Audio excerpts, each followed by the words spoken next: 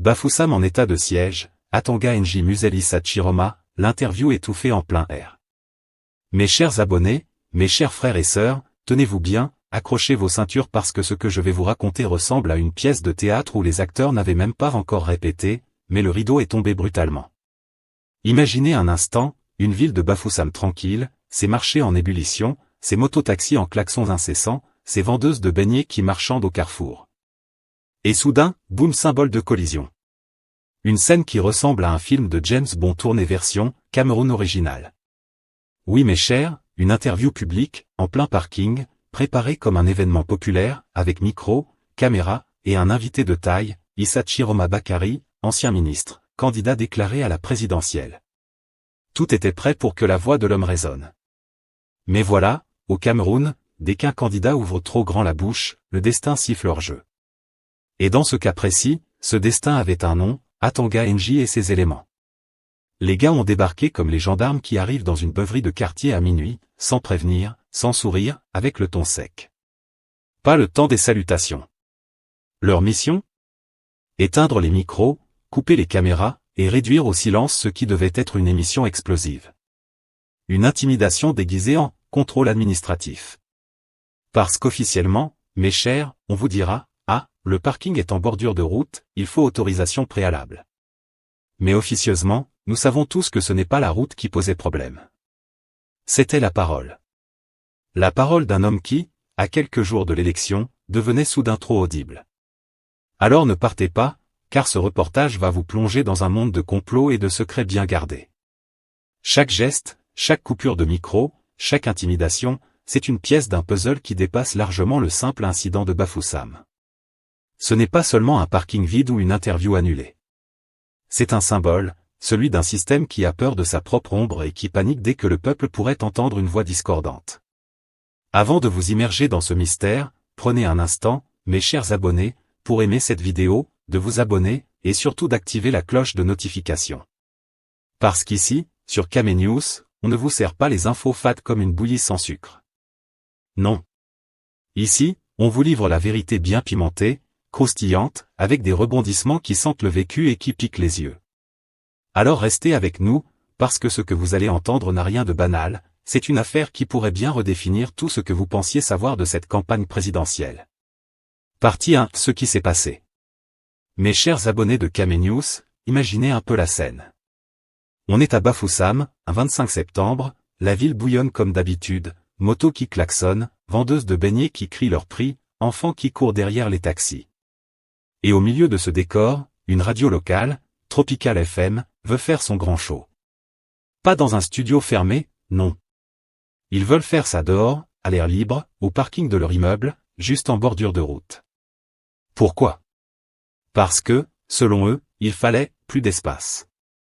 Et mes chers, vous savez comment ça se passe, un invité spécial arrive, les fans veulent le voir, les curieux veulent s'arrêter, et les journalistes veulent montrer qu'ils ne sont pas petits.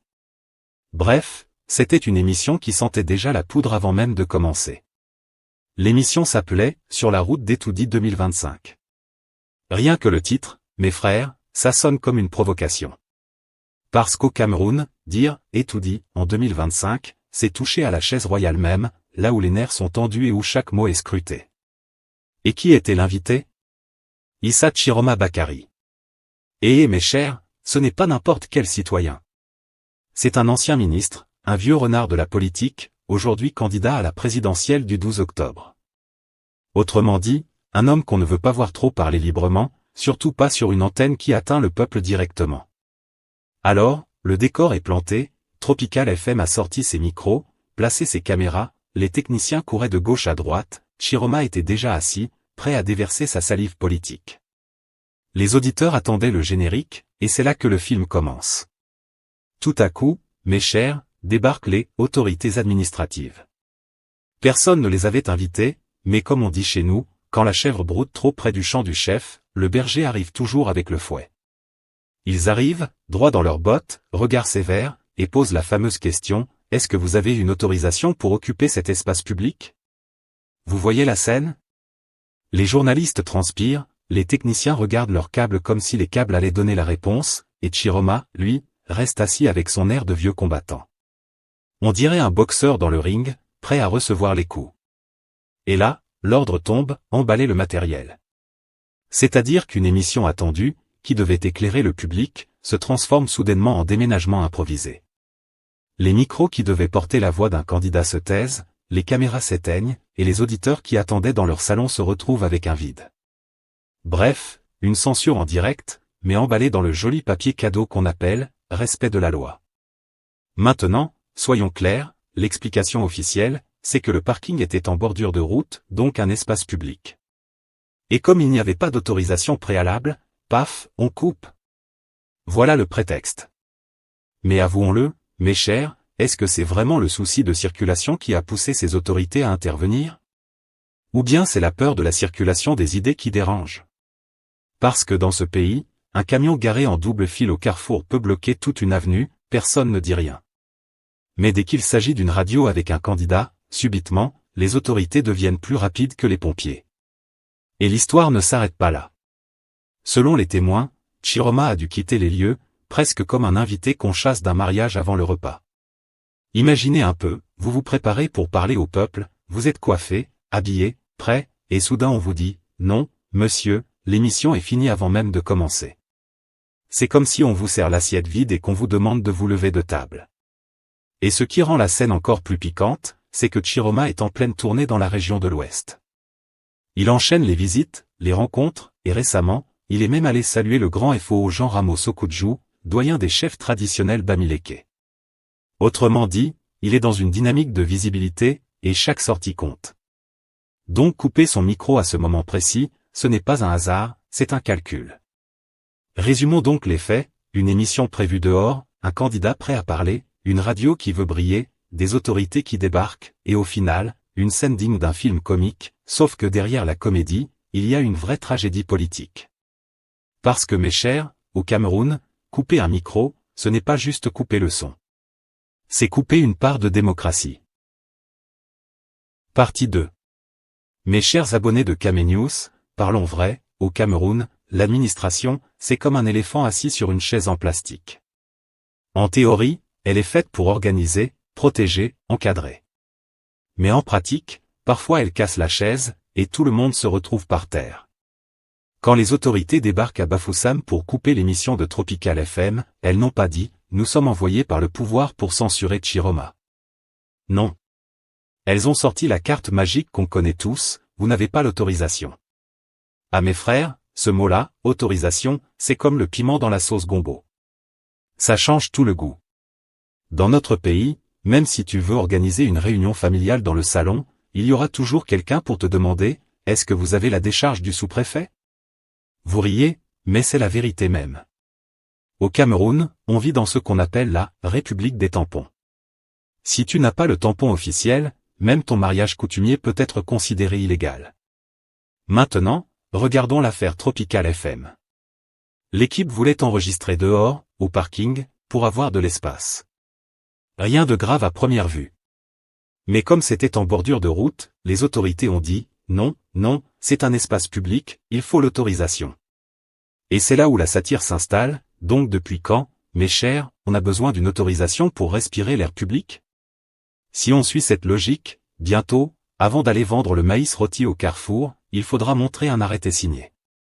Mais le plus savoureux, c'est que ces règles ne sont pas appliquées à tout le monde. Quand un ministre descend sur le terrain, il bloque la circulation, met des tentes en plein milieu de la route, amène les tam-tams et les cavaliers, personne ne demande l'autorisation. Quand un opposant, lui, veut seulement placer 2 chaises en plastique au parking, tout le monde devient subitement amoureux de la loi. Voilà la politique camerounaise, une loi élastique, qui s'étire et se rétrécit selon la tête de celui qui parle. Et puis soyons honnêtes, mes chers, cette histoire d'autorisation n'est pas toujours pour la sécurité du peuple. Non. C'est pour la sécurité politique des grands du régime. Parce que si on te laisse causer librement, tu peux dire des choses qui dérangent, et quand ça dérange, ça remonte très vite à Yaoundé. Et Yaoundé, vous savez, n'aime pas les surprises. Là-bas, ils veulent que tout soit réglé, planifié, huilé. Or la parole libre, c'est comme un ballon de football, tu ne sais jamais dans quel pied il va tomber. D'ailleurs, il faut rappeler une chose, Issa Chiroma n'est pas un novice qui découvre la politique. C'est un ancien ministre, un homme qui a servi le système et qui connaît les règles du jeu. Il sait qu'au Cameroun, quand on te demande l'autorisation, ce n'est pas toujours parce que tu en as besoin. C'est parce que, derrière, quelqu'un veut avoir un prétexte pour t'arrêter au moment opportun. Donc le fait même que Tropical FM ait choisi de tourner dehors, sans prendre cette précaution administrative, c'était déjà donner une arme à leurs adversaires. Mais regardons bien, est-ce que couper une émission parce qu'elle est au parking, c'est vraiment protéger la loi? Ou bien c'est simplement couper la voix d'un candidat gênant? La satire répond, quand le coq chante trop fort, même le voisin finit par lancer une pierre. Voilà. Et ce qui est intéressant, c'est la réaction du peuple. Les Camerounais ne sont pas naïfs. Quand ils voient les autorités débarquer pour couper une émission, ils savent tout de suite que ce n'est pas une simple question de stationnement. Ils rigolent même, et, donc Chiroma a déjà commencé à secouer, hein? Parce qu'ici, mes chers, plus on t'interdit, plus on te rend populaire. Alors posons-nous, pourquoi ces autorités locales se pressent toujours quand il s'agit des opposants, mais deviennent soudainement invisibles quand des gros bonnets du régime font pire? Pourquoi la loi devient subitement dure comme la pierre pour certains, mais douce comme le coton pour d'autres? La réponse, mes chers, c'est la mécanique camerounaise, l'administration n'est pas neutre, elle est politisée. Et chaque sous-préfet, chaque préfet, chaque gouverneur sait que son fauteuil dépend de sa capacité à protéger le grand chef d'Etoudi. Donc couper le micro d'un opposant, ce n'est pas seulement appliquer la loi, c'est aussi faire sa carrière. Et voilà la beauté de la satire, on nous dit que la loi est la même pour tous, mais dans la réalité, c'est comme la pluie de Douala. Partie 3, pourquoi maintenant? Elle tombe toujours plus fort du côté où il y a déjà des inondations. Mes chers téléspectateurs de Kame News, asseyez-vous bien et ajustez vos oreillers parce que cette partie est le vrai plat de résistance. La question qu'on se pose tous est simple, pourquoi diantre couper le micro de Chiroma juste maintenant, en pleine campagne électorale, alors que le monsieur était tranquillement invité à parler sur Tropical FM? Est-ce que c'est vraiment une histoire d'autorisation administrative, ou bien c'est la main invisible de la politique qui a encore fait son cinéma? Vous me connaissez, je vais parler vrai, au Cameroun, la politique ne se fait pas seulement avec les affiches et les discours, non. Elle se fait avec les signaux, les intimidations et les petites manœuvres de couloir qu'on appelle ici, la magie d'Etoudi. Quand on voit des sous-préfets débarquer pour dire « emballez vos micros », c'est illégal, ce n'est pas parce que soudainement ils ont découvert que la route publique appartient à l'État. Non, mes frères. C'est parce que quelqu'un, quelque part, a vu que si on laisse cette émission continuer, l'homme va parler, et quand Chiroma parle, il ne mâche pas ses mots. Rappelons-nous qui est Issa Chiroma, ce n'est pas n'importe qui. C'est un ancien ministre, un vieux briscard de la scène politique, un homme qui connaît le régime comme ses poches. Il a mangé avec eux, il a gouverné avec eux, il a même défendu Paul Biya à la télévision pendant des années, parfois avec une énergie qui faisait rougir les journalistes. Et maintenant, le voilà candidat contre eux. Et mes chers, c'est comme si un ancien général quittait son armée pour aller former l'armée ennemie. Forcément, ceux qui sont restés en place ne dorment plus tranquilles. Voilà pourquoi le timing est important. À 3 semaines de la présidentielle du 12 octobre, chaque mot, chaque image, chaque déplacement est calculé. Un meeting raté peut coûter cher, mais une émission radio coupée brutalement peut rapporter gros en termes de victimisation politique. Et ça, le pouvoir le sait très bien. D'ailleurs, au Cameroun, empêcher quelqu'un de parler, c'est souvent le meilleur moyen de lui donner encore plus de voix. On l'a vu avec d'autres opposants, quand on bloque leurs conférences, le peuple rit et dit, et, donc ce qu'il allait dire la faisait trembler jusqu'à Yaoundé. Vous voyez le piège? En voulant museler Chiroma, les autorités risquent de le transformer en héros local. Parce que l'opinion publique camerounaise adore les victimes du système. Dès que quelqu'un se fait interrompre, même ceux qui n'étaient pas ses partisans commencent à dire « Bon, on va l'écouter un peu, il a peut-être des choses à dire. » Et c'est comme ça que la graine de sympathie germe. Mais il faut comprendre une chose, le système ne bloque pas n'importe qui. Quand un candidat est insignifiant, on le laisse parler tout seul au rond-point, même avec 2 chaises en plastique, personne ne dérange. Mais si on commence à couper ton micro, à envoyer les autorités, ça veut dire que tu es déjà sorti de la catégorie des figurants. Ça veut dire que tu déranges, que ton nom commence à circuler dans les quartiers, que ton visage se colle au téléphone des jeunes. Bref, ça veut dire que tu es monté d'un cran. Et c'est là que la satire prend tout son sens. Regardez, ceux qui ont coupé l'émission pensaient sûrement étouffer Chiroma. Mais en réalité, Ils lui ont offert une publicité gratuite. Aujourd'hui, toute la presse parle de lui. Ceux qui ne connaissaient même pas Tropical FM connaissent maintenant. Ceux qui n'avaient jamais entendu, sur la route d'Etoudi 2025, en parlent partout. Même les mamans qui vendent les beignets au marché disent « Eh, c'est quel candidat-là qu'on a chassé de la radio ?» Résultat, en voulant fermer une bouche, on a ouvert 1000 oreilles. Mais attention, ne nous trompons pas, la stratégie du pouvoir n'est pas seulement dans la censure. Il y a aussi une logique de timing, on laisse certains candidats s'exprimer assez pour qu'ils se sentent importants, mais dès qu'ils commencent à créer une vraie dynamique populaire, paf, on les freine. C'est un jeu de chat et souris, mes chers, où l'administration devient parfois plus redoutable que les urnes. Alors, pourquoi maintenant? Parce que nous sommes à quelques jours du vote, et le moindre détail compte. Chiroma, avec son expérience, ses sorties médiatiques et ses visites dans les chefferies, est en train de gagner en visibilité. Laisser une émission populaire l'amplifier encore aurait été trop dangereux. Donc on coupe. Mais en coupant, on révèle au grand jour la nervosité du système. Et c'est là que je vous pose la vraie question, chers abonnés, est-ce que ces autorités sont en train de protéger la légalité, ou bien elles ont simplement peur que le micro de Tropical FM devienne le symbole et émotion tout un peuple? À mes chers téléspectateurs de Kamé News, asseyez-vous bien, car voilà la partie où le film devient intéressant même. Parce que si la politique camerounaise se joue dans les bureaux climatisés de Yaoundé, il ne faut jamais oublier que le vrai terrain, là où le peuple respire, c'est dans les chefferies, dans les cours royales, et sous les grands arbres des villages. Et oui. Ici, avant qu'un homme politique ne monte sur un podium avec son micro, il doit d'abord passer par la case bénédiction du chef, sinon son discours aura beau être fort, le peuple dira, bon, il parle là, mais est-ce qu'il a salué le chef d'abord? Et c'est exactement ce que Chiroma a compris dans sa tournée à l'ouest. Il est allé rencontrer le grand FO Jean Ramos Sokudjou, le patriarche de Bamonjou, le doyen des doyens même. Ce n'est pas un chef comme les autres, non. C'est un monument vivant, une bibliothèque sur pattes, un vieux baobab qui a vu défiler plusieurs régimes et qui connaît les secrets de tous les palais de Yaoundé. Quand il parle, même les ministres se taisent. Quand il lève le doigt, les gens de la région disent « Acha ». Voilà la direction. Alors mes frères, imaginez la scène, un candidat qui arrive dans une cour royale, entouré de tambours, de danseurs traditionnels, des notables qui font des incantations, et au milieu de tout ça, le vieux FO qui reçoit avec sourire. Ce n'est pas seulement une visite protocolaire, c'est une photo qui vaut 1000 discours de campagne. Parce que dans la conscience collective, si le chef accepte de te voir, c'est déjà comme une bénédiction. Et si le chef te bénit, même un électeur hésitant va dire, bon, s'il a déjà le soutien du papa du village, moi aussi je peux lui donner ma voix. Et c'est là où ça devient croustillant. Les autorités savent que dans l'Ouest, les chefs traditionnels sont comme des amplificateurs. Un mot prononcé dans une cour peut résonner jusqu'à Yaoundé. Du coup, quand Chiroma fait ses visites symboliques, il ne fait pas que serrer les mains, il plante des graines.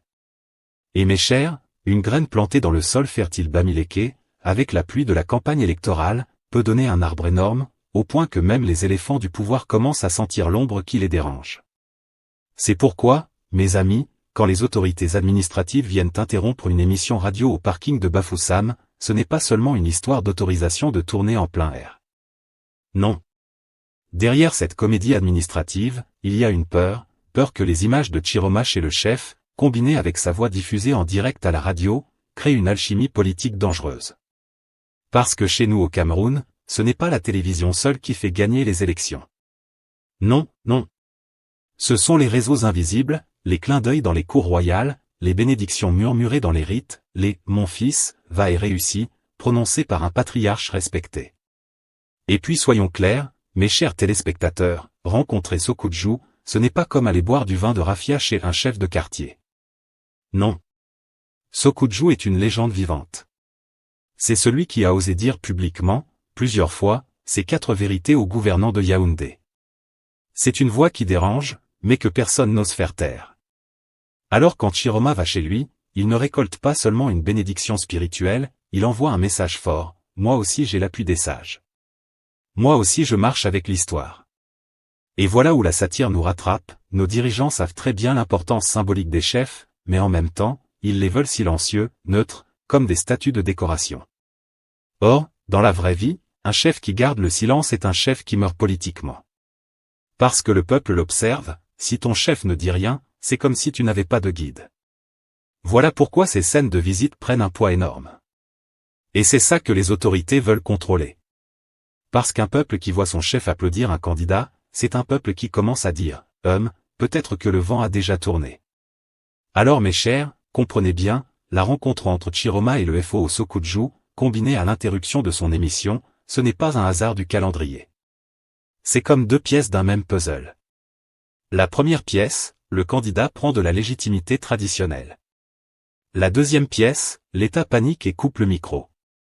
Et au milieu de tout ça, le peuple rit sous cap et se dit, si on coupe son micro, c'est qu'il a déjà dit quelque chose qui pique. Voilà pourquoi, mes chers abonnés, dans cette campagne d'Etoudi 2025, les visites dans les chefferies, les accolades avec les patriarches, pèsent parfois plus lourd que les meetings à ciel ouvert.